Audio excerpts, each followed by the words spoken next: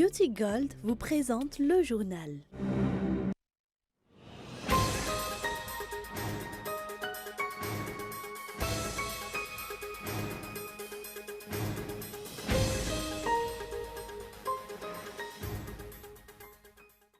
La collaboration entre l'Union européenne et Madagascar s'est améliorée selon l'ambassadeur de l'Union européenne.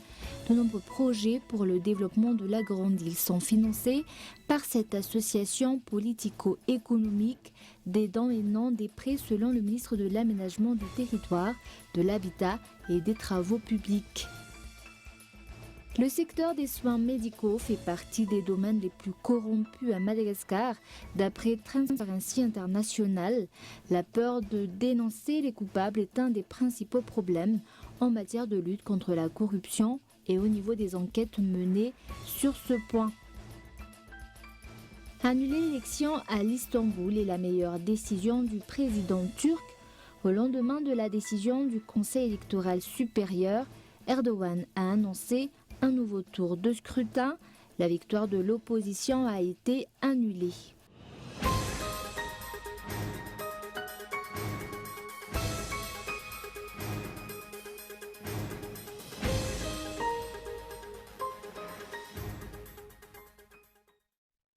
Bonsoir à tous et bienvenue dans cette nouvelle édition du journal en version française sur Cool TV.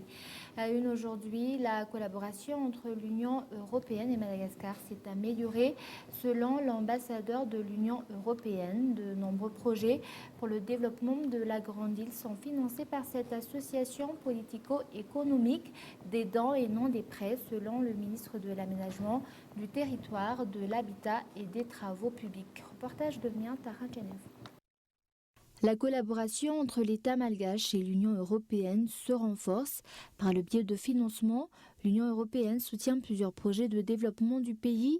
C'est le cas par exemple des projets de réhabilitation de certaines infrastructures routières. Par rapport à cela, le ministre de l'Aménagement du territoire, de l'Habitat et des Travaux publics a tenu à souligner que cette collaboration est faite conformément aux intérêts de la population. L'Union européenne La majeure partie des financements étrangers obtenus pour soutenir les projets de développement du pays proviennent de l'Union européenne. Il faut souligner qu'il s'agit de dons et non de prêts, et en tant que tel, c'est très important pour les réhabilitations des infrastructures routières. En matière de capacité d'absorption pour la réhabilitation des routes, les problèmes sont résolus peu à peu.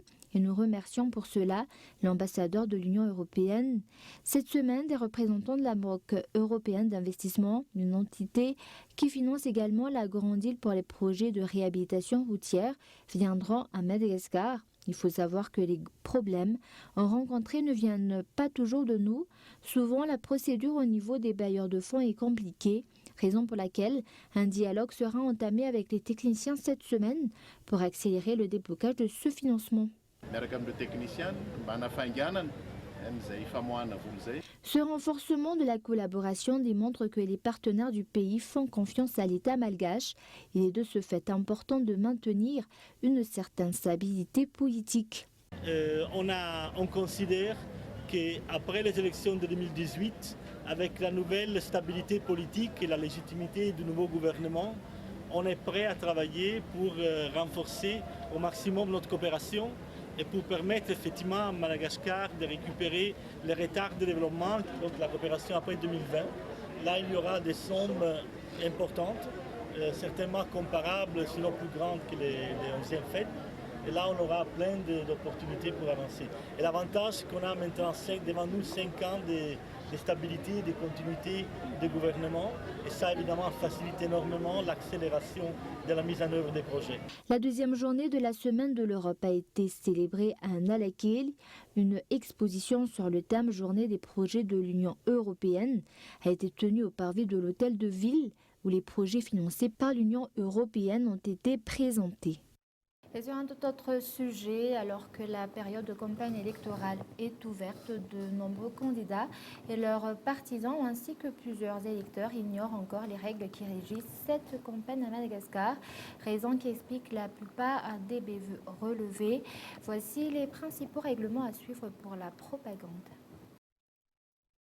Deuxième jour de la période de campagne électorale et plusieurs candidats qui se sont présentés à la prochaine élection législative, plusieurs de leurs partisans mais également plusieurs citoyens ignorent encore quelles sont les règles qui régissent cette campagne. Voici les règles à respecter pour assurer le bon déroulement du processus électoral. Période de campagne électorale du lundi 6 mai à 6 h au samedi 25 mai à minuit, soit 20 jours. Les conditions à respecter: le respect de l'union nationale et du fiavan malagasy, le respect de la neutralité de l'État, le respect de l'égalité au niveau des médias publics, la neutralité des lieux de culte, la transparence des sources de financement des campagnes électorales et de l'utilisation des fonds y affectés, le respect de l'intégrité physique, de l'honneur et de la dignité des candidats et des électeurs, le respect de l'intégrité de la vie privée et des données personnelles des candidats, la non-incitation à la haine et à la discrimination, la préservation de l'ordre public. Les endroits où les propagandes sont interdites, les lieux de culte, les lieux de travail, qu'ils soient publics ou privés, les bâtiments publics, les camps militaires.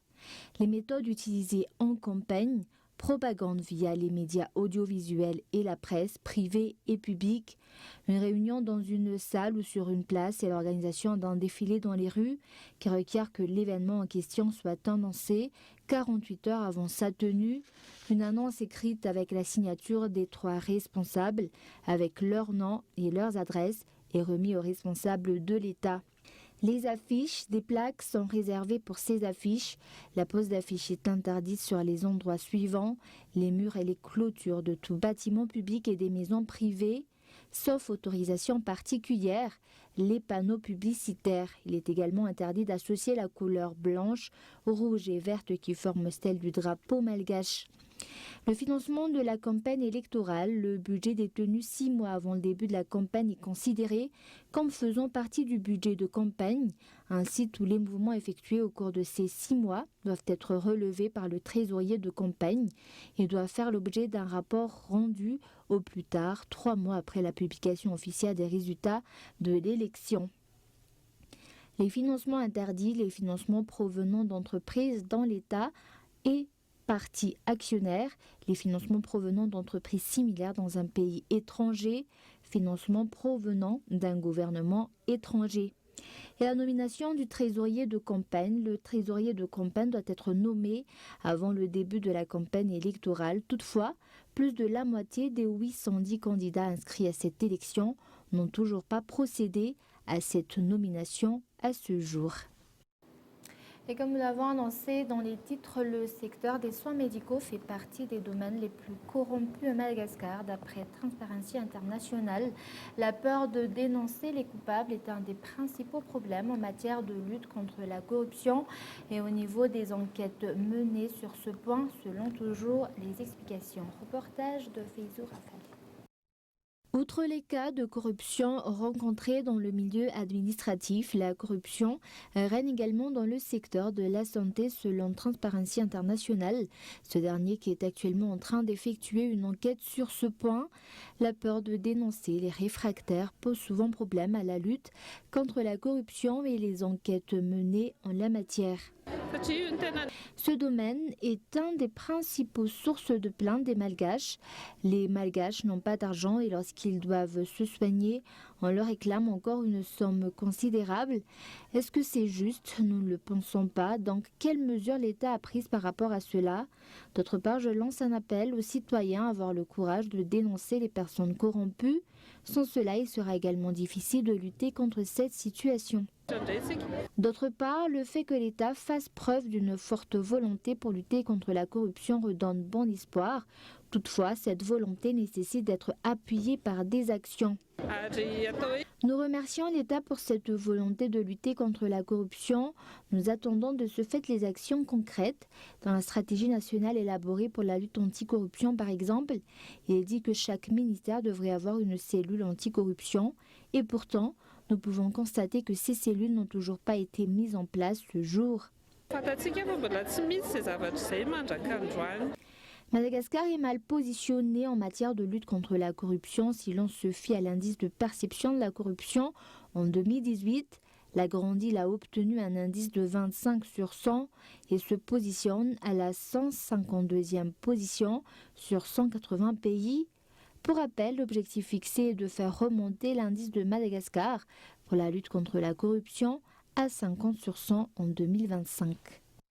L'actualité économique, il est important de mettre en place de nouvelles stratégies pour lutter à long terme contre la malnutrition. Selon le représentant résident de la FAO à Madagascar, les efforts doivent être renforcés. Un financement de 4,5 millions de dollars sera accordé par l'Union européenne pour soutenir cette lutte. Reportage. Plusieurs projets ont été élaborés et financés à Madagascar au cours de ces 3 dernières années en matière de lutte contre la malnutrition, spécialement dans le sud. Toutefois, ces efforts sont encore insuffisants pour diminuer le taux de malnutrition, raison pour laquelle de nouvelles stratégies ont été élaborées, selon le représentant résident de la FAO ou l'Organisation des Nations Unies pour l'alimentation et l'agriculture à Madagascar. Et à travers ce programme proactif, nous essayons de mettre en œuvre une approche proactive et innovante pour la prévention des crises alimentaires à Madagascar, dans certaines régions, notamment dans le sud. Et ce programme est financé à hauteur de 3 millions d'euros par l'Union européenne. Et ce programme va être mis en œuvre dans les 3 grandes régions du sud, aussi à travers, en collaboration avec des ONG, notamment des ONG nationales, ce qui va permettre aussi de renforcer les capacités de ces ONG, mais également en collaboration avec les structures décentralisées de l'État dans ces 3 régions. Outre cela, l'entretien des animaux d'élevage est également négligé à Madagascar, ce qui explique leur courte durée de vie. L'Union européenne compte de ce fait aider Madagascar sur ce point en débloquant un financement d'une valeur de 4,5 millions d'euros, un projet géré en collaboration avec plusieurs organisations non gouvernementales et de la FAO. Et on passait aux actualités internationales. Le lieu où est détenu 9 personnes sur les 30 arrêtées pour s'être opposées à l'exploitation de sable minéralisé effectuée par l'entreprise Bastulière dans le sud-ouest du pays reste encore inconnu. Le Centre de recherche et d'appui pour les alternatives de développement océan Indien, ou CRADOI, le collectif TAN, membre de la société civile et les habitants de ce secteur réclament leur libération si les 21 restantes sur ces 30 personnes ont déjà été libérées. Nous passons maintenant aux actualités internationales. Annuler l'élection à Istanbul est la meilleure décision du président turc. Au lendemain de la décision du Conseil électoral supérieur, Erdogan a annoncé un nouveau tour de scrutin et la victoire de l'opposition a été annulée. Reportage de Franck. Dans un discours combatif devant ses partisans, Ekrem İmamoğlu réagit à la décision de l'autorité électorale turque d'annuler les résultats du scrutin. Celui qui est encore officiellement maire d'Istanbul dénonce une trahison. Ils ont sûrement fait pression pour obtenir cette décision. Ils peuvent ainsi gagner entre 40 et 45 jours et brouiller les pistes. Mais laissez-moi vous dire, nous allons retrouver nos droits. Ekrem İmamoğlu, le candidat de l'opposition, a remporté la mairie d'Istanbul le 31 mars dernier. Environ 13 000 voix d'avance sur son rival Binali Yildirim, le candidat de l'AKP et ancien Premier ministre. Mais d'après l'autorité électorale, 43 assesseurs présents dans les bureaux de vote ce jour-là n'étaient pas des fonctionnaires comme le stipule la loi. Selon les enquêteurs turcs, ils seraient liés au prédicateur Fethullah Gülen, la bête noire de Recep Tayyip Erdogan. Depuis la victoire d'Ekrem İmamoğlu, le président n'a jamais cessé de dénoncer des irrégularités massives. Personne n'a le droit de déclarer la victoire avec une différence de 13 à 14 000 voix. Il y a de la fraude dans tout cela. Il y a eu des vols dans les urnes. Ces derniers jours, le parti islamo-conservateur a accru la pression sur l'autorité électorale. Celle-ci a finalement ordonné la tenue d'un nouveau scrutin qui se tiendra le 23 juin prochain. Et la tentative de soulèvement militaire au Venezuela a échoué, la faute à certaines personnes qui n'auraient pas tenu parole. Déclaration du président autoproclamé par intérim. Reportage de Franck. S'est-il passé le 1er mai dernier, au lendemain de l'appel de Juan Guaidó à un soulèvement de l'armée contre Nicolás Maduro? Lâché par ses troupes, le coup d'État est manqué. Le chef de l'opposition s'explique et reconnaît sa défaite. Certaines personnes n'ont pas tenu parole. Cela ne signifie pas qu'elles ne le feront pas sous peu. Nous avons fait notre devoir de citoyen. D'autres ne l'ont pas fait, comme les forces armées ou certains fonctionnaires, mais ils le feront une fois qu'ils auront surmonté leur peur. Sans l'état-major, Juan Guaidó ne peut réussir sa conquête du pouvoir. Les militaires sont les gardiens du pétrole, le poumon économique du pays. Mais l'armée reste fidèle à Nicolás Maduro et ses troupes se tiennent prêtes en cas d'attaque militaire des États-Unis. Washington, de son côté, accentue chaque jour la pression contre le régime. Le peuple vénézuélien s'exprime. Il réclame la démocratie et refuse que son pays soit détourné par des socialistes et des Cubains qui détruisent leur économie. Cette situation n'est pas acceptable pour l'Organisation des États américains. Le vice-président américain Mike Pence doit annoncer des mesures pour encourager l'armée vénézuélienne à abandonner le pouvoir. Les États-Unis se préparent à imposer de nouvelles sanctions contre des magistrats de la Cour suprême. Si Maduro quitte le pouvoir, une aide pourrait être apportée au pays, ravagé par l'une des pires crises économiques de son histoire. Et avant de se quitter, je vous rappelle les grands points de ce journal. La collaboration entre l'Union européenne et Madagascar s'est améliorée selon l'ambassadeur de l'Union européenne. De nombreux projets pour le développement de la Grande Île sont financés par cette association politico-économique des dons et non des prêts, selon le ministre de l'Aménagement du territoire, de l'Habitat et des Travaux publics. Et le secteur des soins médicaux fait partie des domaines les plus corrompus à Madagascar d'après Transparency International.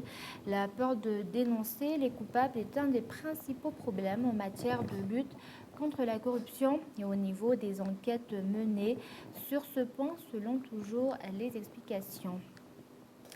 Et annuler l'élection à Istanbul est la meilleure décision du président turc. Au lendemain de la décision du Conseil électoral supérieur, Erdogan a annoncé un nouveau tour de scrutin. La victoire de l'opposition a été annulée. Et voilà, c'est la fin de ce journal. Merci de votre fidélité. Juste après ce journal, vous suivrez le journal en version malagasy. Au revoir.